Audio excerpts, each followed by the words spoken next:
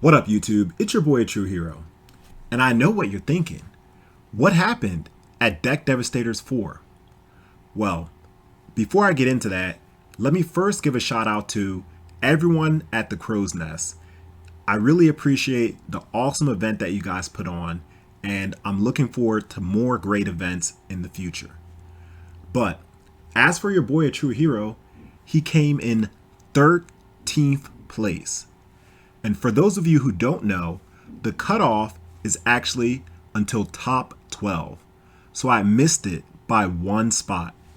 Devastating. Now I know why it's called Deck Devastators, because you just get devastated. But anyway, jokes aside, so I came in 13th place, and overall, I'm pretty happy with how the event went. Of course, I would have liked to make it to the top 12 cut and ultimately win the event, but I do think that I played pretty well. So I'm going to showcase my matches in this deck analysis. You've already been to ATrueHero's tournament analysis before, so you know how this is going to go down. Another thing I want to take note to mention is shoutouts to Beast Mode for playing Diva Hero and successfully getting top 8. Now, let me quickly talk about the differences between that Diva Hero list and the one that I traditionally won. So Beast Mode has already admitted that he just net decked from Playtest IRL from a guy named Oscar, who also has had a lot of success with Diva Hero. But that version of the deck is a more defensive playstyle, playing cards like D-Prison, a double Wing Blast, double Snowman Eater, etc. Whereas my version of Diva Hero is more offensive. There's no right or wrong way to play Diva Hero.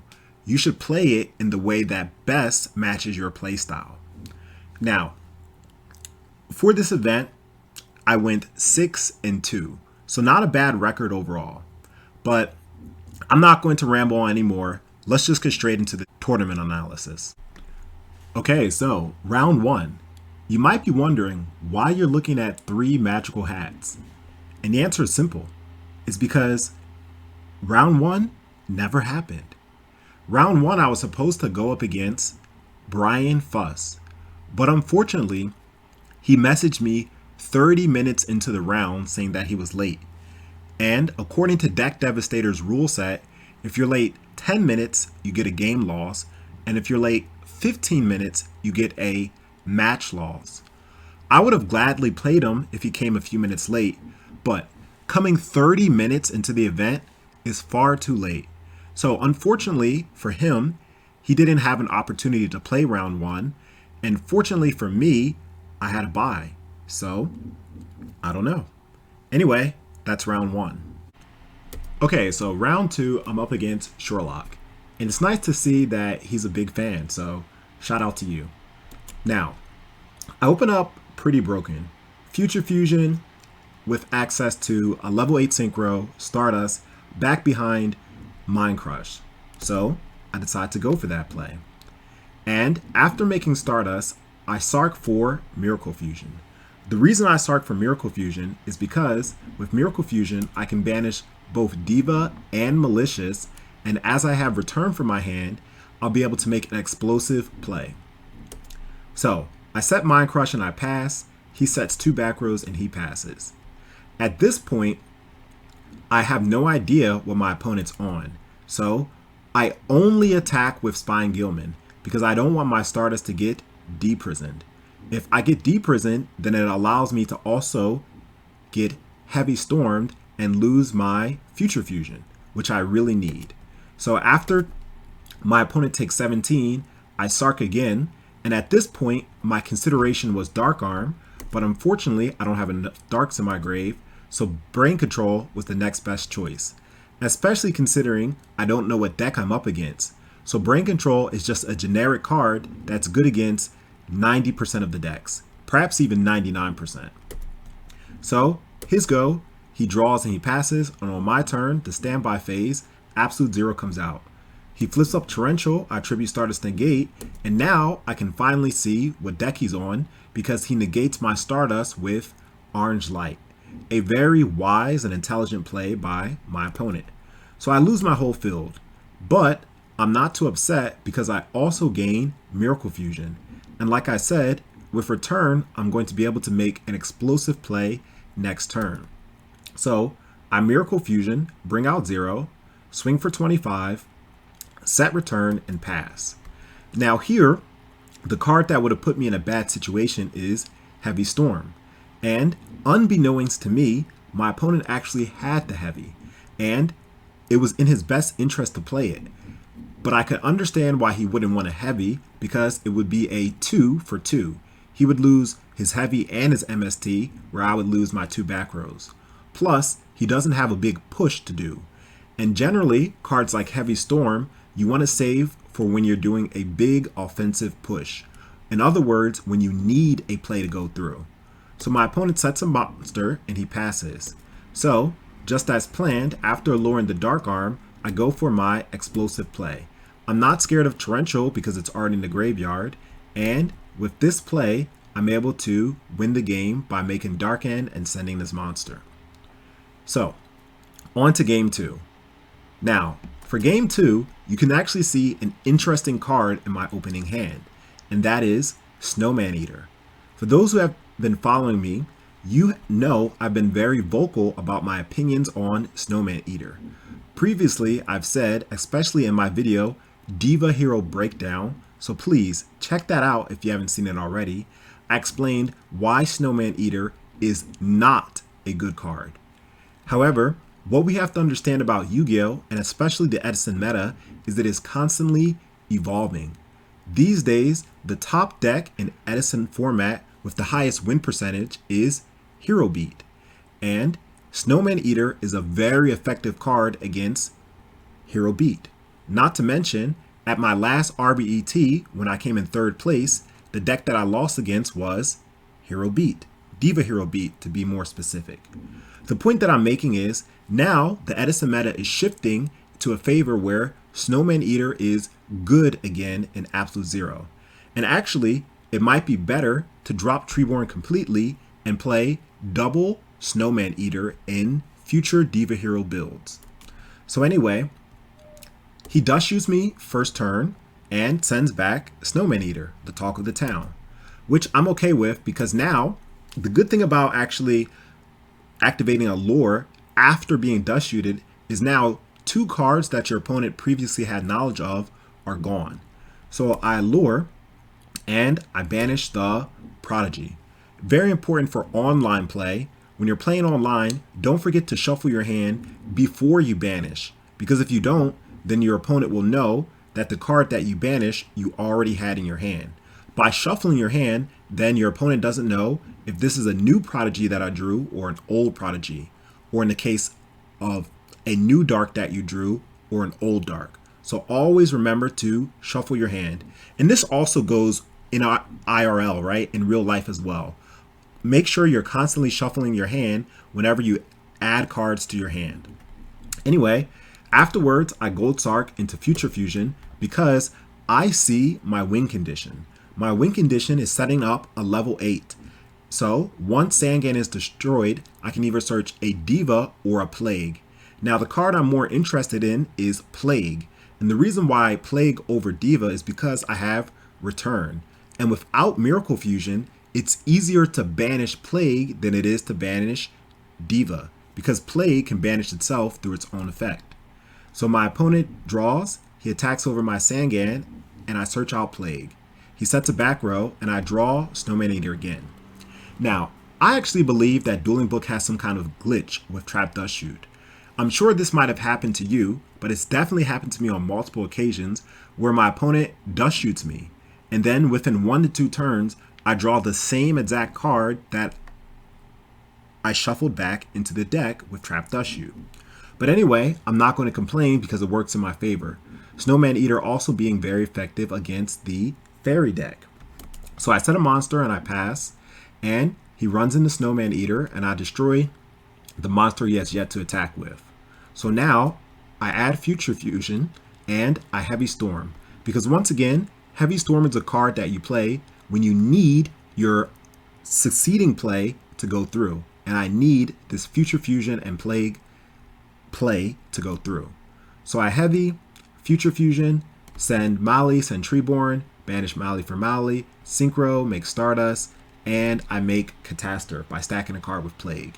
Now, if I didn't have Snowman Eater, and I could only make a level 8, the level 8 that I would have chosen to make would have been Dark and Dragon, because I don't want the Shining Angel's effect to resolve. However, in this particular case, I can also make Catastor, and Catastor will stop Shining Angel's effect from resolving. And as everything is going according to plan, both my Malicious and Plague are banished, so I set return, he draws, sets a back row, he ends, and after I flip up return, my opponent just scoops because my field is too much of an offensive threat to be stopped by D-Prison and Torrential. So anyway, that was round 2. Once again, shout outs to Sherlock. I'm happy you're a fan, and I hope this replay analysis video helps not only him, but everyone watching. Anyway, on to round 3. Okay, so round 3, I'm up against, I'm not even going to try to pronounce that name. So let's just call him by his Discord handle, Barcode. So fortunately for Barcode, he does win the RPS, and his opening turn is Rhoda. So he goes Rhoda, or rather E-Call, into Ocean, sets a back row and passes. I set Sangan, set Solemn, pass.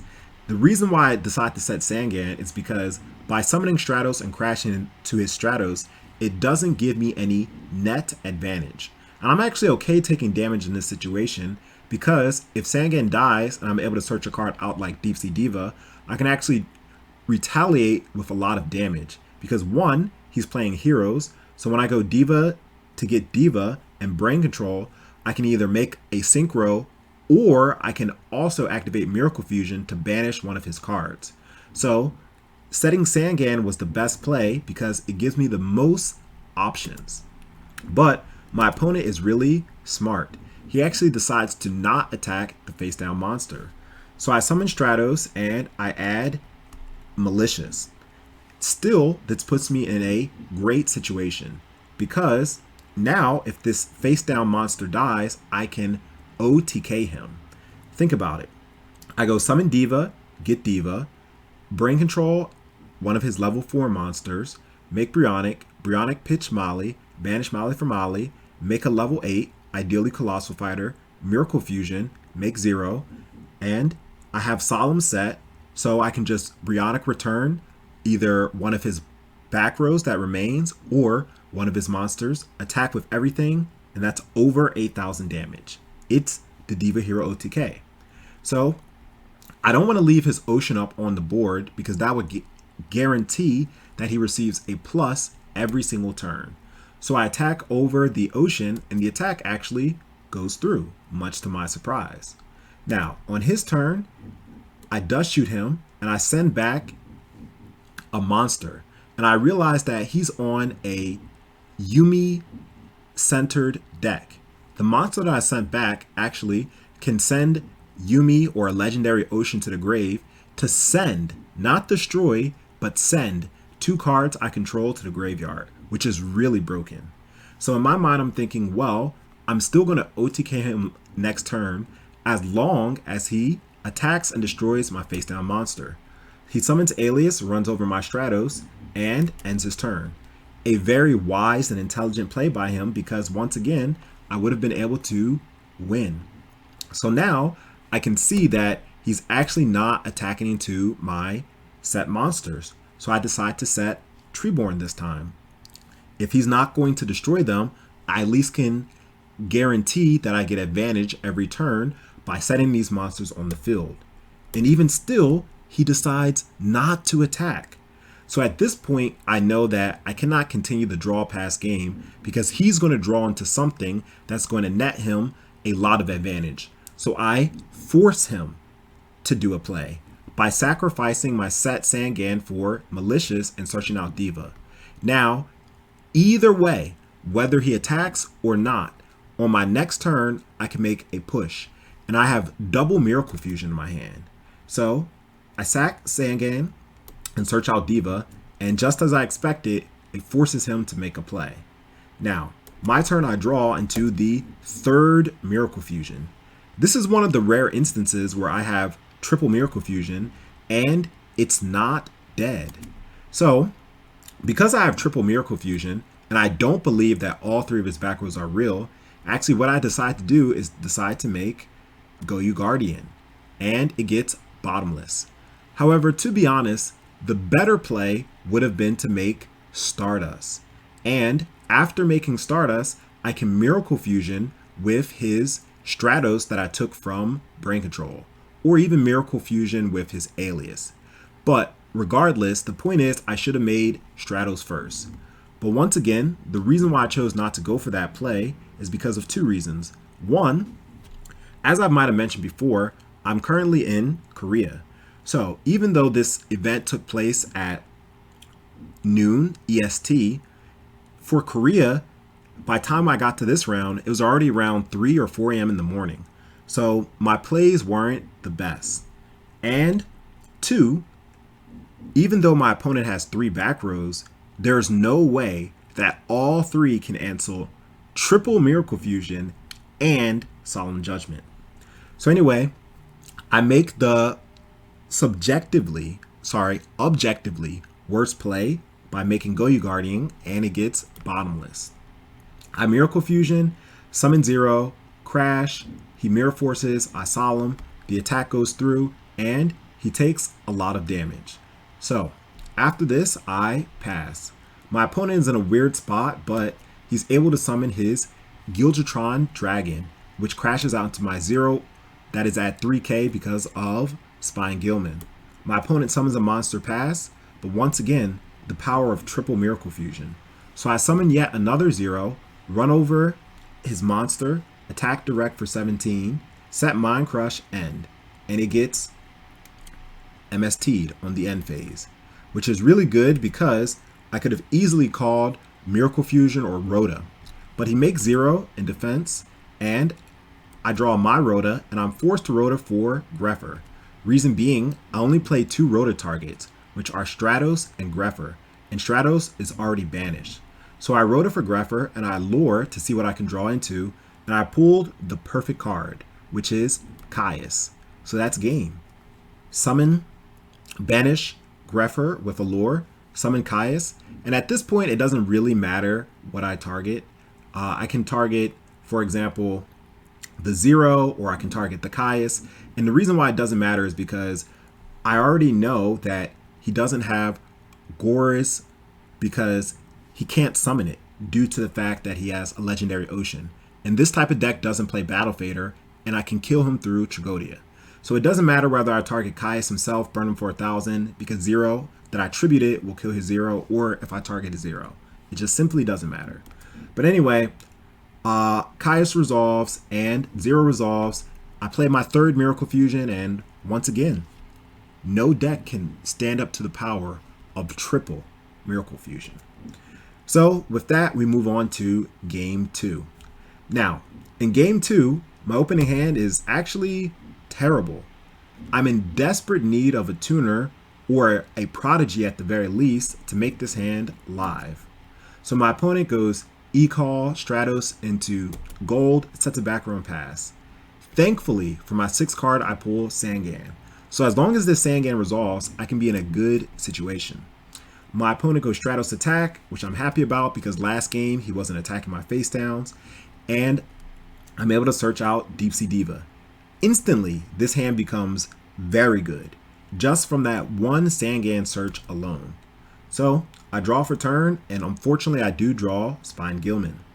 Now, I summon Diva, Axsmith is good, and Diva gets Diva, Mind Control his Stratos, and I make Bryonic.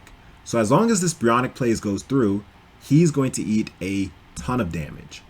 But unfortunately for me, he does indeed have Solemn Judgment, and that makes my hand completely dead again. From being very bad to very good to very bad, just that fast. So I don't want him to think that I'm defenseless, so I set return as a bluff, and I have my turn. And this is when Barcode just decides to go ham. As you can see, he adds a bunch of field spells to his hands. He summons his Gildratron Dragon along with Ancient Gear Knight, flips up Mother Grizzly, normal summons Alias, and it's just a lot of damage. And as you know, this back row is not real. And even if it wasn't Mirror Force, he's not really too afraid because he has 2 cards, which basically stops me from activating cards during the damage step. Though he didn't normal summon this again, so actually this effect doesn't apply. But anyway, at this point, he decides to go offensive. He attacks, and I have to take everything. So I do take quite a large bit of damage, meaning that at this point, there are very few cards that I can draw to get out of this situation, right? Even a Miracle Fusion wouldn't help me because I don't have any heroes. I draw Snowman Eater, I set it, he draws into MST, he MSTs my back row, and I just want to save the embarrassment, so I just insta-scoop from that point on. Now, moving on into the last game, Game 3. Now, my Game 3 opening hand is very good. Once again, Future Fusion into Stardust with a back row. If I didn't have a back row, then I would have actually had to debate whether or not I would like to make first turn Stardust. Reason being is because Stardust Future Fusion is an amazing combo, but only when you can protect your Stardust. You need a trap or a battle stopper such as Book of Moon, D-Prison, Enemy Controller to make that play efficient. Especially against this deck where I know he's running cards like Skyscraper. So, indeed, just as predicted, he goes E-Call, search Stratos, search Captain Gold, search Skyscraper. Skyscraper, activate Skyscraper, attempt to attack and run over Stardust, and I just Econ. He sets up 2 back rows and passes, and at this point, I just decide to be as aggressive as possible. Because actually, this right here is game, right? If Diva attacks over his Stratos, which is able to because it has a buff due to Spine Gilman, its attack's actually 600, and 0 is Omega Strong right now, right? 0's at 4,000. So 4,000 direct plus 25 direct plus 17 direct plus 600 direct. That's a lot of damage. So I go for this play. I attack, rather not attack. He activates Torrential. And at this point, the only card that knocks me out of the game is Mirror Force. But I think to myself, the odds of my opponent having both Mirror Force and Torrential set are very low. Now, of course, there's the possibility that exists that he could have a D-Prison set, but I decide to take that chance. I attack, and once the first attack goes through, I knew instantly he didn't have Mirror Force, so I continued to swing with everything, and fortunately for me, my opponent didn't even have D-Prison. So he takes a lot of damage, and main phase 2, I decide to make Catastor. Even though this does weaken 0, Catastor is an amazing card against Hero Beat because they don't have any dark monsters. So Catastor is able to out any single monster that Hero Beat summons. So I make Catastor on the end phase, I bring back Stardust, my opponent activates Rhoda, and at this point, he runs over my Stardust. So I'm thinking that my opponent has a lot of good plays, right? But come to find out, my opponent is simply just playing cards. Because with the field I have now, this is game on board. So my 0 comes out because 2 turns have passed. I normal summon Greffer. I'm not afraid of Torrential because he would have Torrentialed last turn if he had it. And after normal summoning Greffer, I make Brio. And as soon as I make Brio, my opponent concedes. And that's the end of round 3. So definitely good games. And with that out the way, on to round 4. Okay, so round 4, I'm up against Roghnach. Now, fun fact about Roghnach is he's actually beaten me in every single tournament set that I've played in. Now, that said, we have also played a few sets outside of tournament, such as on the DB ladder, not ranked, just on the DB ladder, and I've won sets against him. Actually, our record at this point, not that he's keeping track, but it was about even. So even though he's beaten me every single time in tournament, I've also bested him a lot of times outside of tournament. So Roghnach, a very talented duelist. He is hands down the best frog player, and it's an absolute pleasure to play him, win or lose, every single time. Now he does win the RPS, which puts me at a disadvantage because 1, Diva Hero naturally has a weakness to the Frog deck. Because think about it. No matter what monster I bring out from the extra deck, it can be outed by every single monarch that Roghnach plays. Ryza, Caius, etc. Even Dark Dust, which isn't a monarch, stops a lot of my synchros with the exception of Stardust. So the point is that frogs naturally have an advantage against Diva Hero, at least for game 1, before Diva Hero has a chance to side against it. And these days, Roghnach is on a special frog build that runs Mausoleum of the Emperor, which allows him to summon powerful cards like Vanity's Fiend and Light and Darkness Dragons without any issue. And both of those cards pose a big threat to Diva Hero, because Diva Hero's only clean out to LAD is Treeborn Frog. Anyway, Roghnach goes first and goes for the standard Swamp Frog play. Now my opening hand, as you can see, is not very good, but I need to pull into my deck, so I decide to Special Prodigy, sack for Malicious, attack for 800. I'm not worried about Gorz at this point because I have Mirror Force as a potential out to Gorz. He does take the 800. Thankfully, he doesn't have Gorz. And I set Mind Crush and I end. So in my mind, what I'm thinking of, the worst possible thing that can happen to me is getting Caius or Ryza. And most decks, Monarch decks, tend to play 3 Caius and 2 Ryza. So I decide to Mind Crush blind and call Caius. Now, I can see that I actually called wrong, but at least, even though I lost a card in my hand, I had complete hand knowledge of Rognach's hand. So I'm able to play around this for the rest of the duel. Now, my opponent goes summon Swamp Frog, or rather Special Swamp Frog, and then summon LAD. So I take 2,000 damage here, and this would have put me in a bad situation if I did not have Treeborn Frog. For those of you who don't know, the way Treeborn Frog works against LAD is his effect continuously tries to resolve. So during the standby phase, when I bring it back, it gets negated. But then I can attempt to activate the effect again and again and again until Light and Darkness has used all 4 of its negates. So I set Treeborn and I pass. He runs over Treeborn, he passes, and I bring back Treeborn 5 times. So 4 times for the negate, and on the 5th time, it's successfully summoned.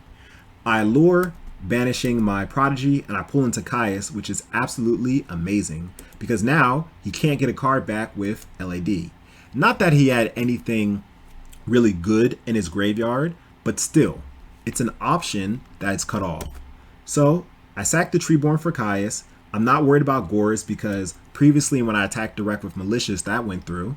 And also I still do have Mirror Force as an out to Gorz. He takes 24, I set a back row and I pass. He goes Gear Town and he summons Gorillaton. Now, at this point, I draw Deep Sea Diva and I think to myself, oh, this is actually game. It is the Colossal Fighter Armory Arm OTK. But I had to take a moment to think to make sure I would have enough life points after halving for return.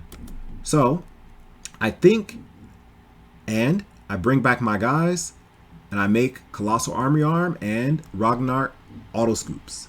So that is game 1. Now, game 2, Diva Hero actually has a slightly better matchup against frogs than game 1, because the side deck cards against frogs are so hateful that it makes the frog player's game plan much harder to execute. Whereas Diva Hero can still do Diva Hero things with little interruption. So my opponent goes set a monster and end. I Rhoda for Stratos because, once again, I only have 2 Rhoda targets and I want to thin out the deck as soon as possible. So I Future Fusion and banish Mally for Mally, sack for Caius, and swing for 24. Luckily hitting a Treeborn Frog in the process. Now, at this point, I could set Mirror Force, but I don't want to because it is just food for Heavy Storm. So my opponent, he summon Swamp Frog and ends, and at this point, I decide to summon Falsodyna. It was actually quite a difficult choice, because by summoning Falsodyna, actually it cuts off my Future Fusion. So next turn, if this Falsodyna is still on the field, then my Absolute Zero will not come out. But the reason why I decided to go for this play over summoning Grepher or Stratos is because if Falsodyna is on my field the next turn, that means I'm in such an advantageous position that I don't need 0 to win. So I summon Falsodyna, attack, and I get the guaranteed 24 because of Dyna. My opponent goes Mausoleum of Emperor, summons Dark Dust. Very unexpected, but it works out because now my Absolute Zero can come out. So he sets a back row, he passes, but on the standby phase, he MSTs before Zero can come out. So I think to myself about what I can do, and I do have the choice to summon Stratos and search out Prodigy, but since I already used Malicious, I actually cannot kill him. So I decide to summon Stratos, and the reason why I summon Stratos over Grepher is because by summoning Stratos, it adds a Dark to my hand. And that means that on the next turn, I can go summon Grepher, pitch Prodigy, pitch Plague, and I can make a Bryonic Plague play if absolutely necessary. I swing for 18, and he drops Fader. On his turn, he Mausoleums for Light and Darkness Dragon, and swings over my Stratos. I Mirror Force because I need to weaken the LAD as much as possible. So he swings over my Stratos, and now LAD is at 23, which works out perfectly for me because all I need to do to win this game is weaken LAD, attack, and run over it. So I first start by activating Grepher effect, activating Smashing Ground. So now LAD has had 3 negates. So he's 1,500 attack points weaker. I attack over LAD, and that's the set. So definitely good games to Roghnach, and that's it for round 4. Okay, so round 5. At this point, I am 4-0, and I'm up against ThatGoodPizza. So ThatGoodPizza, he actually did very well, and he wound up coming in top 8 in the event. I do win the RPS, and I Sark for Diva, set Torrential, pass. My opponent goes Summon Turtle, I Torrential, which is really good because you want to use cards like Mirror Force and Torrential on these Recruiter type monsters. He sets 2 back row and passes. I draw Stratos for turn. An absolutely amazing draw because my hand was kind of dead. I search out Prodigy, swing direct for 18, and the attack goes through.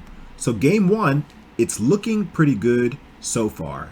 I set 2 back rows and I pass. My opponent sets a monster, he passes. I add Diva from Gold Sark, and my opponent hits me with the Pro Dust Shoot. As you can see, my opponent actually had that Dust Shoot set for quite some time, but he waited until my Sark resolve and then sent back Diva. So at this point, though generally I don't like attacking into face down monsters, I was in a awkward situation where I didn't have a clean way to clear his set monster. So I decide to pass to see if my deck would actually give me a chance to cleanly get rid of his set monster. But the worst happens to me in return. He sacks his Sangan for a Caius, and instead of targeting my Stratos, he targets my back row, which is Solemn. A really good hit by Pizza. Now, I do have Mirror Force set, so when my opponent attacks, I activate Mirror Force. And just as I mentioned in one of the previous sets, the dueling glitch happens again. Though he sent back Deep Sea Diva, I drew it again. Now, I do have the option to summon Diva here and go for a lot of damage, but at this point, I'm actually a little cautious of Torrential Tribute. So I decide to not summon Deep Sea Diva and just swing for 18. And my read was actually correct. My opponent did have Torrential. Now, in this case, it actually would not have been too bad to summon Diva because yes, I do get Torrential, which is a bit unfortunate, but I have Gores as a backup to retaliate in case things go wrong. My opponent draws, sets a monster, sets a back row, and passes. I summon Sangan because I'm not worried about if Sangan gets torrentialed. I attack because I don't have a clean way to get of his face down monster. He searches into Goblin Zombie. He draws MST off the top, which was really good for him because Zombie's best play is a tuner into Goblin Zombie, right? Generally Diva or Plague. And when your opponent makes Roghnach as their 6-star synchro with Goblin Zombie as material, they're not allowed to have priority because Goblin Zombie is Chainlink 1, which means you can successfully bottomless the Brio and the opponent cannot respond. So bottomless is actually really good against zombies. But my opponent MSTs it, and then from here, he begins to go to work. He makes Revive King Hades. This is actually one of my favorite synchros in Edison format. It's so good because this guy will always cleanly get rid of any face down monster. Rykos, Hamsters, Treeborns, Vayus, they all become null and void whenever you have a Revive King up. And actually what I didn't know was it's not just Revive King. When any zombie monster runs over an opponent's monster, it negates their effects. So Revive King runs over my Stratos, Zombie Master runs over my Sangan, I don't get the effect. I draw for turn, I draw Brain Control, an absolutely amazing card here, but I don't want to burn my Brain Control. Instead, I'd rather Black Rose him because that would clear his whole field. So I summon Prodigy, special summon Diva, and when I go for, before I go for the Black Rose play, he torrentials. So once again, my read earlier about the torrential was correct, but I'm still in a really strong position because I have 3 very good cards. Well, at least 2 very good cards in my hand, Brain Control and Gores. My opponent draws for turn, he sets, and I draw into a Caius, which doesn't really do much in this situation, so I'm just forced to pass. My opponent flips up Reaper, which shocked me, and before I drop any card, I activate Gore's effect. So I activate Gore's effect, and he hits Caius, which is a bit unfortunate, but what can I do? And I draw into MST for turn.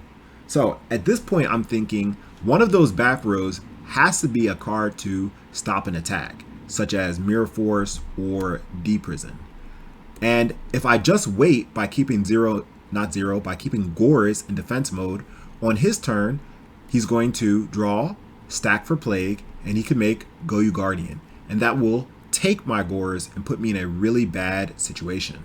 So I MST, I roll the die, and unfortunately I hit the worst card, Call It a Haunted. So he's able to chain it, get a search, and he searches out Deep Sea Diva. Now, here he asks actually a very important question. He says, if he gets DD Crow, can he use it on the resolution, or do I get turn player priority? Now, I want to clear this up for everyone watching this video. At the end of a resolving chain, the turn player does indeed have turn player priority. However, it's only turn player priority to activate a quick effect. Therefore, if my opponent searches out DD Crow and I don't have a quick effect, he actually has priority to activate DD Crow first. The only time the turn player has priority to activate ignition-like effects, fast effects, or just any effects in general is 1, at the start of each phase, and 2, after a monster that does not start a chain is successfully summoned. So for example, let's say I go Pitch Mally, special summon Grepher, and I ask my opponent if they have a response. If they have no response, at that point, now I have priority. So after explaining to him about who gets priority, but of course I didn't have time in the heat of the duel to explain in great detail, my opponent decides to search out Deep Sea Diva. So I attack, he deprisons. As I figured, he had a battle trap, but I couldn't wait because then Goyu would take my Gores. And he summons Diva, and from this point, he's able to just make a field of synchros and brings my life points down to 0. So well played by ThatGoodPizza for game 1. Now, game 2. So I take a look at my opening hand, and it's quite good because I opened up first turn deck Devastation Virus, which is really good against zombies because they have so many small monsters. Plague, Diva, Pyramid Turtle, Goblin Zombie, Spirit Reaper, etc. So first turn deck Devi is very strong against the zombie deck. So I go for that play, and immediately I deck Devi him. But the worst thing happens, and it's a completely dead deck Devi. It doesn't hit a single card. However, the good thing about cards like these are, though it failed, I still have complete hand knowledge of what Pizza has. And with that, I can play around it. So I deck Devi him, it fails, and I summon Stratos, I add Malicious, and I special summon Greffer, and I attack with Greffer. The reason why I attack with Greffer is because 1, if he drops Gores, I can run over the token with Stratos, and 2, I also can out Gores himself with Miracle Fusion, because Miracle Fusion is already live. I have Stratos on the board, Malian Grave, and Treeborn in hand. Now, if he were to not drop Gores after taking 17, then I simply pass and I go into main phase 2. But if he does drop Gores after the first attack, then I already explained my contingency plan.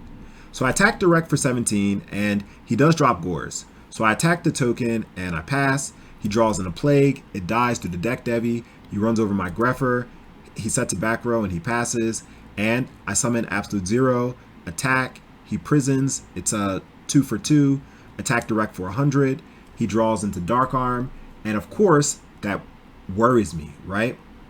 But fortunately for me, he only has 2 darks.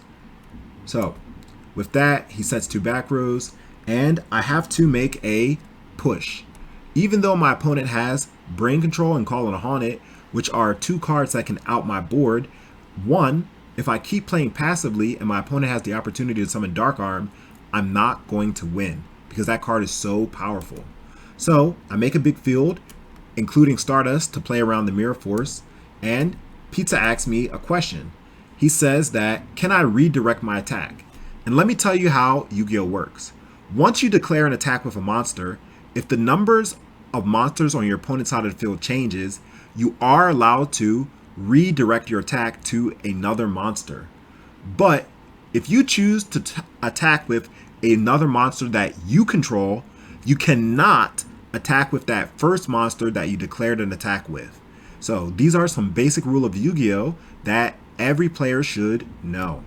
So at this point, I was actually hoping that Pizza activates Call on a Haunted, brings back Gores on the attack of Stardust, because then I would replay and attack over that monster with Absolute Zero, because Zero has an attack of 3,000. But Pizza plays very smart. He takes 3,000, main phase 2, I switch Treeborn, I bring back Stardust. He brain controls, Call on a Haunted, and just as I said, he's able to clear my board. But I'm okay with this because he still doesn't have 3 darks. Now, I draw into MST, which is dead at this point. I bring back Treeborn, and my opponent draws. He sets a back row in the ends, and I draw Dark Arm off the top. And Dark Arm is live with exactly 3 darks. Now, I knew that one of the back rows was MST because I saw it through deck Devi. And I had a feeling that the back row that he set alongside of the MST was also not real. That's why for this decision, I didn't even roll a die. The back row that I was most scared of was the newly set one. So I MST the newly set one, which was bottomless, and this is kind of like a repeat of game 1. Game 1, I lost because Pizza MST'd my bottomless. In game 2, now Pizza lost because I MST'd his bottomless. So I MST his bottomless, I drop Dark Arm, and with that, it's just game. So on to game 3. Now, game 3 against Pizza, I take a look at my opening hand, and it's actually quite good. So he sets a monster, sets a back row, and pass. And at this point, I'm presented with a decision. And the decision is whether to summon Diva first or whether to play Mind Control first. Now, I went with play Mind Control first, and that's for two reasons. One, my opponent could have a Raikou, and if my opponent has a Raikou, I can flip up the Raikou and pop their back row. And two, depending on the stars of the monster that I Mind Control, it influences what monster I bring out with Deep Sea Diva. So this is why I actually choose to Mind Control first. But I was actually talking it over with Frazier. And one thing that Frazier brought to mind, and this is something that we all have to be mindful of, is knowledge of your opponent's deck. In games 1 and in games 2, I did not see Raikou. So it doesn't make sense to assume that my opponent has a set Raikou or Hamster if I didn't see it games 1 or 2. Which means that now, by playing Mind Control first and drawing, flipping up a Reaper, when I summon Diva and I activate Diva's effect, I get rugged. So at least, if I summon Diva first and activate the effect, when my opponent activates Rug, then I keep the Mind Control in my hand. And every single card matters in Yu-Gi-Oh!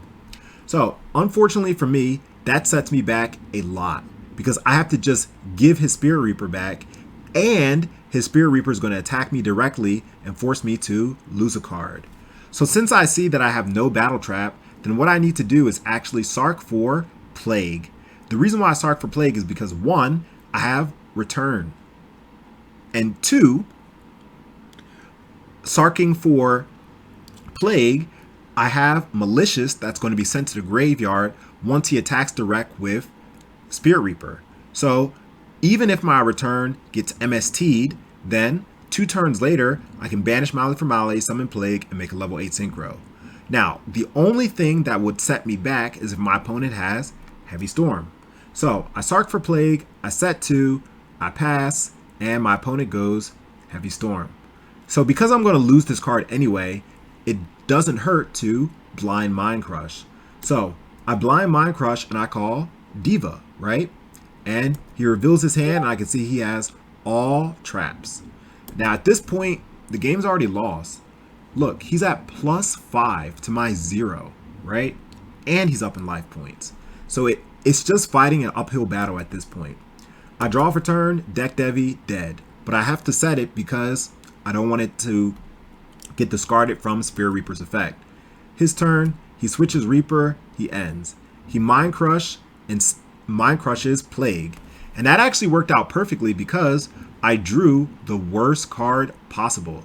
I just simply wasn't meant to win this set because I already have Malicious in the graveyard and I draw for turn a Malicious. So it's just comical at this point, actually.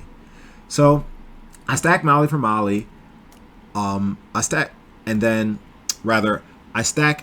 Mali to special summon Plague, banish Mali to special summon Mali, and here I synchro into Colossal Fighter.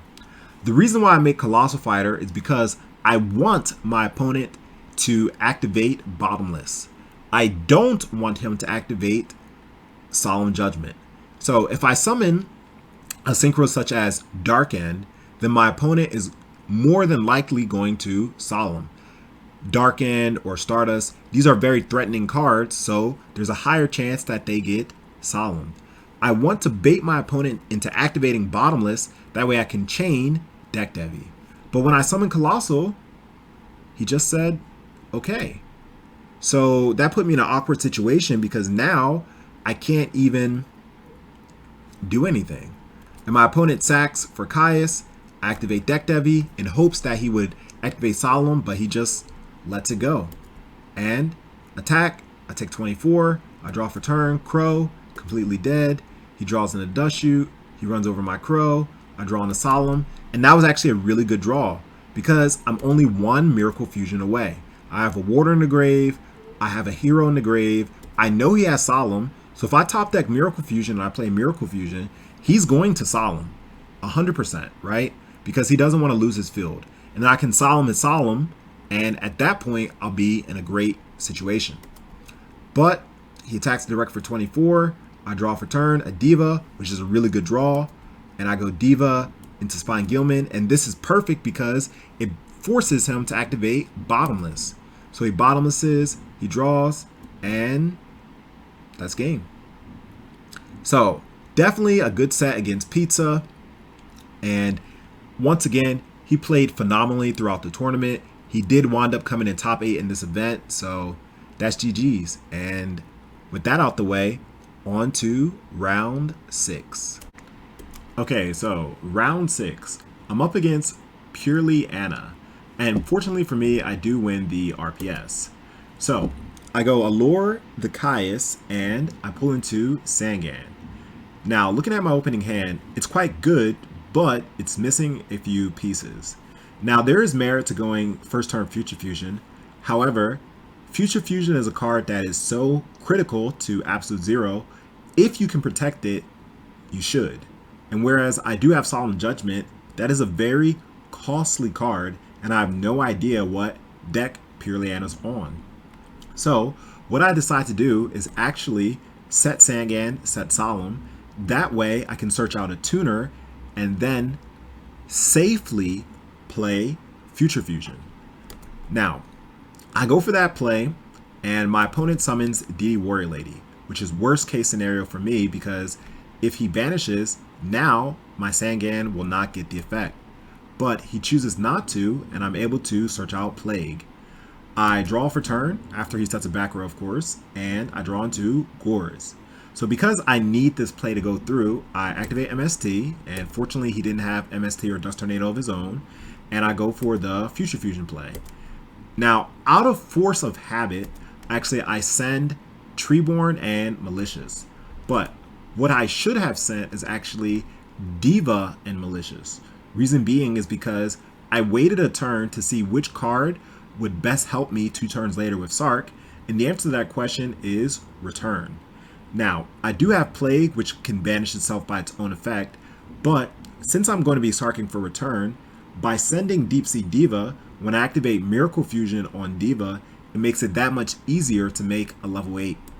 So I banish Mali for Mali, summon Plague, and while usually I would want to synchro into Stardust, the problem is my opponent has a DD Warrior Lady up on the field. So it's kind of like I waited an additional turn for nothing, right? But not really, because if I made first turn Stardust, then it would have got banished by DD Warrior Lady. Anyway, so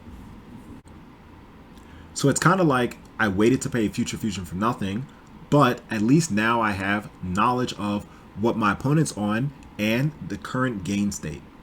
So I decided to make Dark End Dragon instead of Stardust Dragon because I don't have a clean way to get rid of DD Warrior Lady. If I make Stardust and I attempt to attack, then DD Warrior will banish. And if I don't attack, DD Warrior will crash out and still banish Stardust. So I'm forced to make a Dark End here. I send, and he activates Herald. This actually works out for me because I don't need any synchro at this point to press advantage. I'm already at 8,000 life points. My opponent only has 3 cards, and I have 5, so I'm at a +2. So I Gold Sark for return, and I pass. I could have summoned Absolute Zero. However, I want to generate as much advantage with Absolute Zero as possible. So in a perfect world, my opponent summons another monster, and then I summon Absolute Zero. And he played right into the palm of my hand. He draws in a Nova Summoner. He attacks direct with both. I go Miracle Fusion, summon Zero, put in defense mode, set Torrential, and I pass. At this point, I'm not too worried about Heavy Storm because I have Solemn Judgment. He switches both of his monsters to defense mode. 2 turns have went by, so my Zero comes out, and I'm able to add Return. And I draw in the Stratos, which was absolutely broken. So I summon Stratos, I pop his back row. He books my Zero. I attack his DD Warrior Lady with Stratos, and I pass. I set a back row, and at this point, it's up to my opponent to play Heavy Storm. If he doesn't have Heavy Storm, then next turn he surely will lose the game. So he sets a monster, sets a back row, and pass. I sacrifice both for Gores because this ensures that his board gets wiped down, which it does. I stack for Plague, flip up Return, and Stratos effect, pop his back row, and he just concedes. So that is game 1. Now, game 2, looking at my opening hand, of course, I open up Grepher, Gilman, and Spine Gilman. Of course, there's nothing wrong with opening Grepher, but Spine Gilman and Malicious, They just like to laugh at me. Anyway, my opponent goes Summon Thunder King and pass. And that's quite a good opening against Diva Hero. Especially my version that doesn't play Snowman Eaters in the main deck. He attacks for 19 and he passes. And I draw for turn. And I decide to special summon Grepher. Now, at this point, I have two different options. I can either sack for Vanity's Fiend or sack for Caius. So I need to pick what card should I play around. If I go summon Caius, then my opponent has the opportunity to respond with Herald. If I go summon Vanity's Fiend, my opponent has the opportunity to respond with Honest. And at this point, I don't know what cards are in his hand. I can only see a Thunder King. So I decide to play around the card that is more common, and that is Herald. So instead of sacking for Caius, I decide to sack for Vanity's Fiend. So I sack for Vanity's Fiend, attack, and he activates Honest.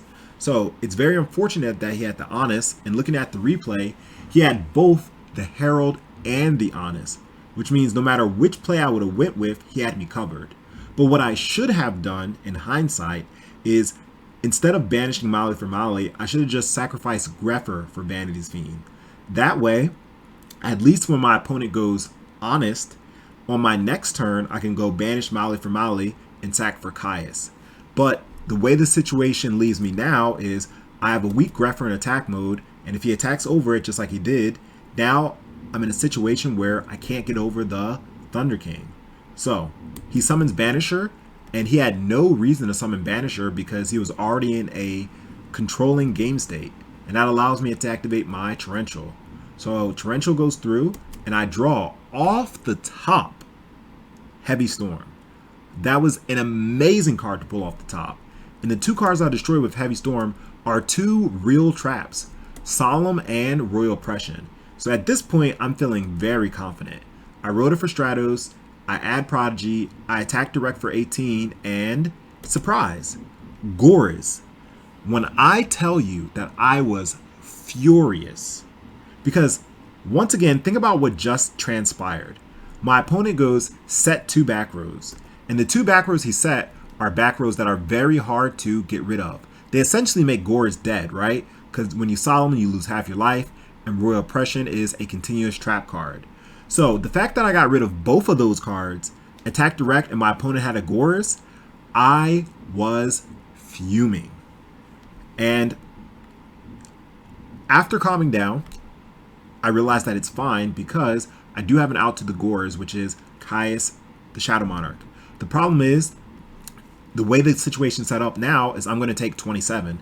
So if he pulls a monster, and most monsters in the fairy deck have an attack of 14, that's actually enough to do lethal. So anyway, he attacks with both, but fortunately he does not draw a monster, and he drops me down to 13. I go for the Caius play, and he chooses to return his Goriz. Okay. Now, bit of an interesting play because although returning Caius is not strong, had he returned my Caius, I would have been pretty much out of plays. But he returned his Goriz, which was a good play because he's quite high in life points. I run over his monster, and I set a back row, and I pass. He draws into DD Warrior Lady, sets it, I attack over it, my Caius gets banished. I know he has Goriz, so I can't attack because I don't have an out to the Goriz. I do have Miracle Fusion, but like, then he goes, Goriz runs over absolute 0, and I take 200, right? So it's not the best play. And Miracle Fusion, as great as it is, what I need now is a Deep Sea Diva. Because if I have Diva, then when I activate Miracle Fusion, I can banish the Diva and then bring back Diva, Mali, and Caius off return. And that's just a mega game. So my opponent draws, he ends, I draw into Mind Crush, which was perfect. I drew Mind Crush at the perfect time because I know he has Goriz. So at this point, I don't even need to wait for a Deep Sea Diva anymore. But now my opponent sets a monster, sets 2 back row and passes.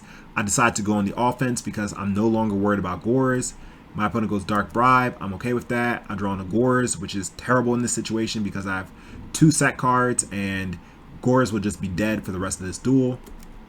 So I set a monster and I pass. I don't want to attack into a Recruiter. He flips up DD Warrior Lady, and he doesn't banish my Sangan, which I'm okay with. I search out Diva, but now at this point, Diva has come a little bit too late because I don't have Miracle Fusion anymore, which would have banished her. But I draw into Future Fusion, and Future Fusion at this point doesn't really do much because I've already used Malicious. But I still play it because it does grant me access to 0 2 turns later, and by his request, I show him 0, summon Diva, get Diva, and he activates Call, which was very good because I actually had a lot of different plays that I could have did at that moment. All right, what I was planning to do was flip up Return and bring back 2 level 6s and synchro with double Diva and double level 6. But when he called a Haunted Thunder King, I needed to bait the Thunder King, so I made a level 5 first. So I make Catastor, and then I flip up Return, and I synchro. Now, the reason why I attack with Caius over DD Warrior Lady is because Caius is going to get banished anyway, because I brought him back with Return. So, attack direct for 25, and on his go, I think about the only card that can win him the game. And what comes to mind is, of course, Brain Control. My opponent goes Brain Control, attack with my own Stardust, and that's lethal. So I Blind Mind Crush, call Brain Control. He shows me his hand, and then I realize that he just has game. He flips up Return, brings back double DD Warrior Lady, and as soon as he summons the Herald, I just immediately concede. So, game 2. On to game 3. Now, game 3, I am going first, and my opening hand is quite good. Actually, I don't like to set Snowman Eater unless it's going to be an out for Christia, because Christia is such a problematic card for this deck. But I don't have much of a better opening. Of course, I could have went first turn Android, but I don't want to set it up to a point where, 1, my opponent could go constant Ram and then drop a Christia, and 2, I like to say Deep Sea Diva for my explosive plays. And making it a first turn Android is nice, but it's not explosive. It's not going to win me the game. So I set a monster, set a back row pass. Worst case scenario, it's DD Warrior Lady. Another reason why making Android would not have been very good. Now I flip up Decree, and now is the perfect time to summon Android. Not Android. Perfect time to summon actually Catastor. But first, I want to get in as much damage as I can. So I get in 23, and I make Catastor. His turn. He thinks for a bit. He sets a monster, sets a back row pass, and now I think about what I can do. So I have a read that his set monster is Raikou, so I summon Prodigy, attack with Prodigy, and he actually chooses to destroy the Decree, which I can understand, but looking at this replay, he doesn't have an out to this Catastor either, so I think Catastor was more of a threat, especially because these two cards are not relevant, right? Dark Bribe's not really doing much at this point, and Oppression, I've already had my special summon monster on the field. So he just decides to get rid of Decree, attack direct for 22, drops him down to 31. I set a back row Mirror Force, which is great. He goes Rhoda into DD Warrior Lady, and he's smart because he decides to set his DD Warrior Lady and set a back row. I lure and I draw into Caius, which was absolutely perfect. Now, although he hasn't used Torrential, I'm not worried about Torrential because once I sacrifice Prodigy, if I get Torrential, that means that 0 can come out as a backup plan. So I sack for Caius, target his monster. I switch because I don't want to get Mirror Forced. I attack direct. The attack goes through. He draws. He sets a monster. I draw another Caius off the top. Man, that was definitely my lucky day. So I sack Caius for Caius. He instantly banishes his monster before I even declare my target. And I'm just like, I target myself for game. And that's it. Round 6. So with that, on to the next, round 7. Okay, so round 7, I'm up against TimesTwo, and TimesTwo played very well. He actually came in top 8 in this event. So he does win the RPS, and I knew he was on Lightsworns, and you definitely want to win the RPS against Lightsworns. As you can see, he opened up absolutely broken. Double recharge, and on the first turn, he milled 4 names, and he has a JD in his hand, and he has a Celestia in his hand, and I open up Spine Gilman and Malicious. So I mean, this game 1 isn't even a game, right? So I banish Malicious, I sack for Caius, target his monster, attempt to run over his wolf, he tries to psych me out with Honest, I just say okay, because my hand's so bad that like I don't really even care, right? I've already accepted that this game is over. My opponent activates Glorious Illusion, which is pretty much Call It a Haunted. Nice little tech. He brings back this dragon, which is very strong because he has 4 different names. And he just attacks with everything, right? So at this point, my life points drop very low. He's not scared of Gores, Battle Fader, Tragodia because, I mean, he has JD, right? He mills a ton of cards during the end phase, and I have to answer this board, right? So I draw into Plague, which is really good, but it doesn't do anything at this point in time. Summon Spine Gilman, crash out into Lila, set Mirror Force, and he's already won the game, right? All he has to do is JD pay 1,000, attack, game. But for whatever reason, he just chooses not to do that. He shuffles, he attacks, and activate Mirror Force. So I'm not sure what he was trying to play around. But anyway, he gave me another turn. So I draw, I add Brain Control from the Gold Sark, and my hand just doesn't do anything, right? I need at least one more turn, because if I get one more turn, I can activate Return, bring back Malicious, and I actually haven't banished Malicious out of the deck, which means when I summon Plague, I can actually make 2 level 8 Synchros, right? So 2 level 8 Synchros with the Brain Control, there's like a small glimmer of hope if TimesTwo decides to throw again. So I set Treeborn, I set Return, and my opponent goes for the Black Rose play to successfully summon his JD. I mean, there's no point in chaining because it just doesn't do anything. So he drops JD, and that's game 1, right? If you can call it that. All right, so game 2, I open up Spine Gilman in my opening hand once again and double Prodigy. But it's like, I'm okay, right? Because the thing about Diva Hero is like you have to take the good with the bad. So I'm actually not upset about pulling hands with Spine Gilman or double Malicious. Like, honestly, I'm really not upset because I've drawn it so much, especially in tournament. Like, many of you guys, this is not the first time that you've seen my tournament analysis. And like, I'm able to play out of those bad hands and still win. So I'm actually not upset at all that I pulled this opening hand, right? But as you'll see how this story unfold, what made me a little, you know, not angry, but just like, well, the kind of feeling if that's what it takes to win, right? So I Future Fusion, I send Molly, I send Treeborn, summon Prodigy. I have a read, he has Hamster set. My read was right. I take 100 here. He gets Raikou. Prodigy attacks. He gets rid of Future Fusion. Actually, I don't Heavy Storm because I want to get more value off of my Heavy Storm. He makes Goyu Guardian, which is really good for him. And he takes my Spine Gilman. He activates his Call It a Haunted. And I take a lot of damage here, right? That kind of hurt. So now, on my turn, I finally get the value that I wanted from my Heavy Storm. And he chains Compulse on the Celestia, which was a really good play by him. And I activate Miracle Fusion, zeros at 3k because of Spine Gilman being on the field. And I Smash and Ground to get rid of it. I set Bottomless. And this puts me in a pretty good situation. So my opponent sets a monster and he passes. I draw on the Diva for turn, which is absolutely perfect. Banish Molly for Molly. Make Stardust.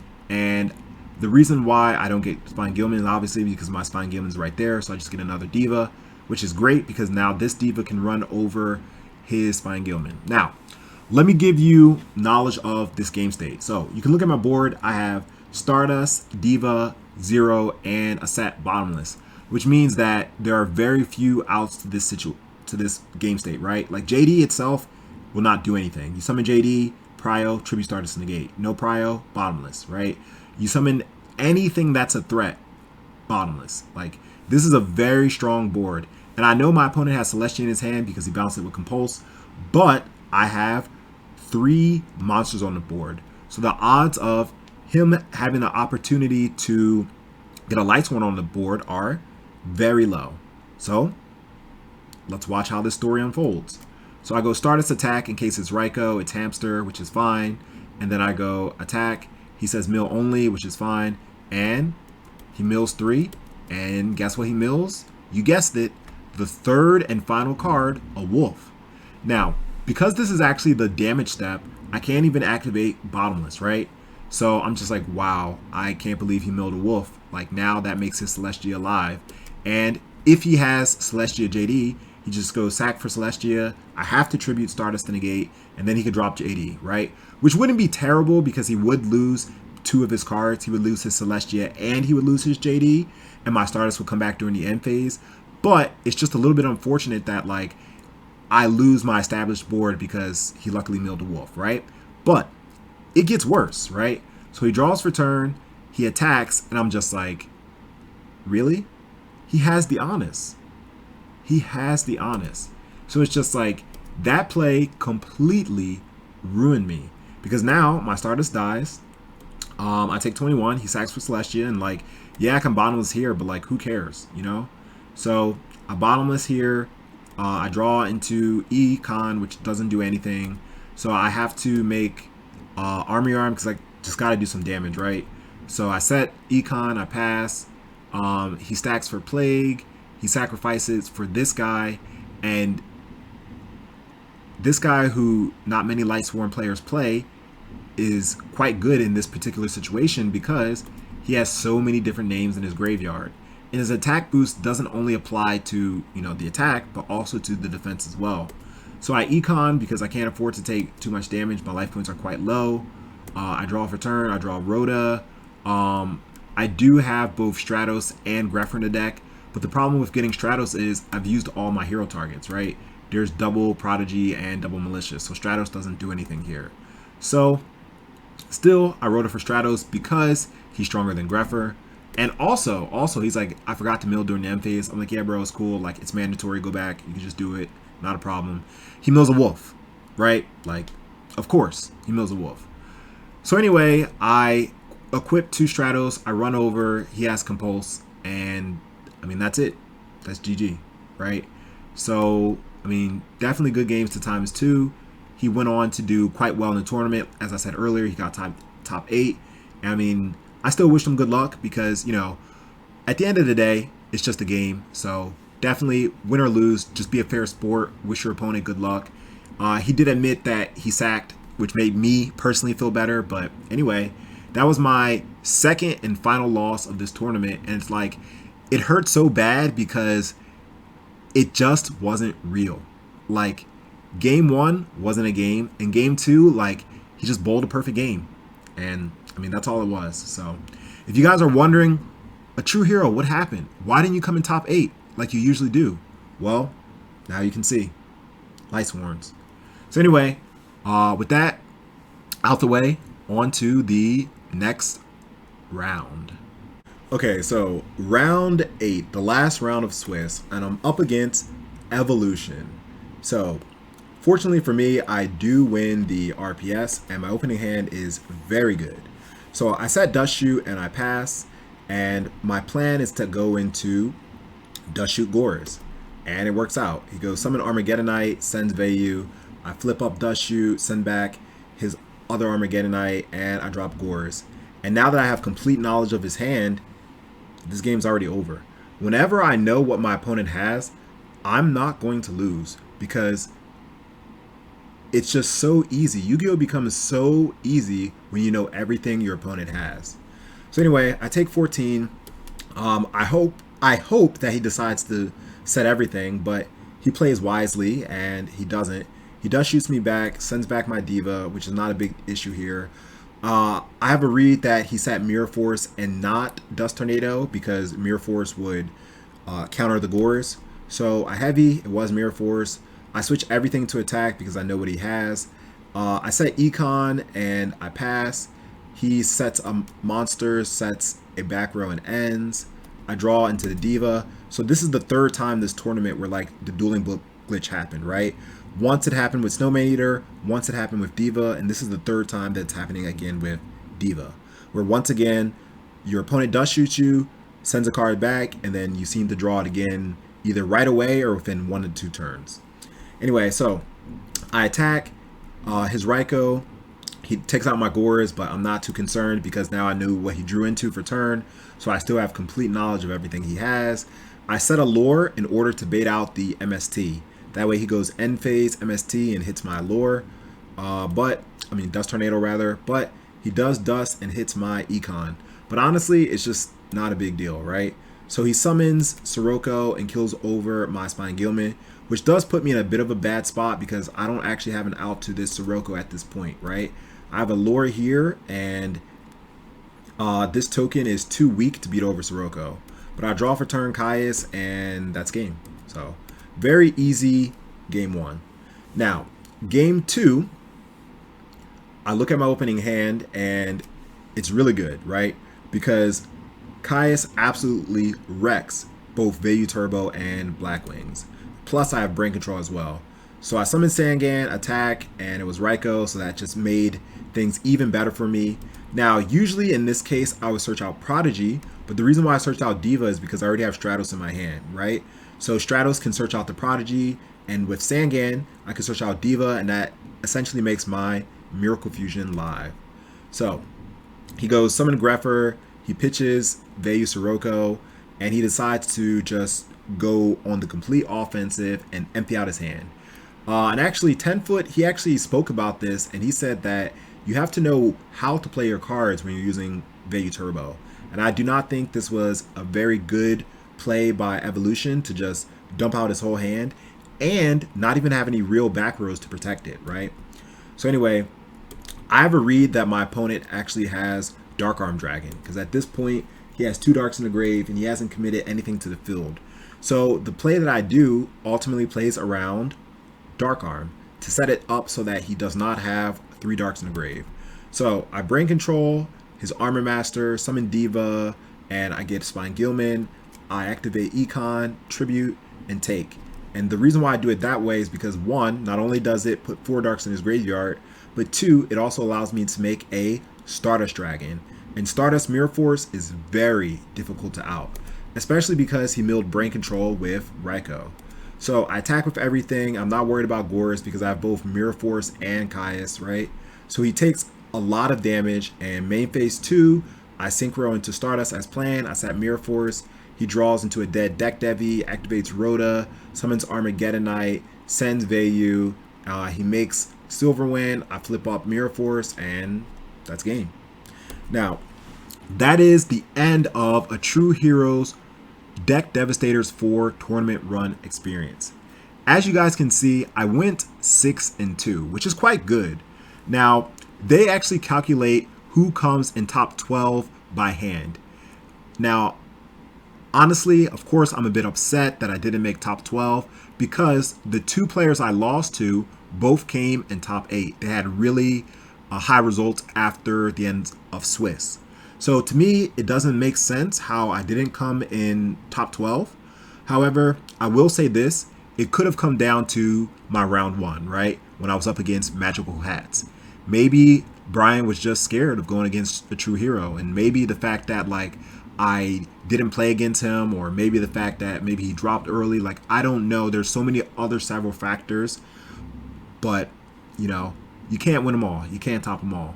But anyway, guys, thanks for your support as always. I hope that this tournament run was informational to you. Please don't forget to like, comment, and subscribe. And until next time, ATrueHero out. Peace. Subscribe or you too will be sent to the Shadow Realm.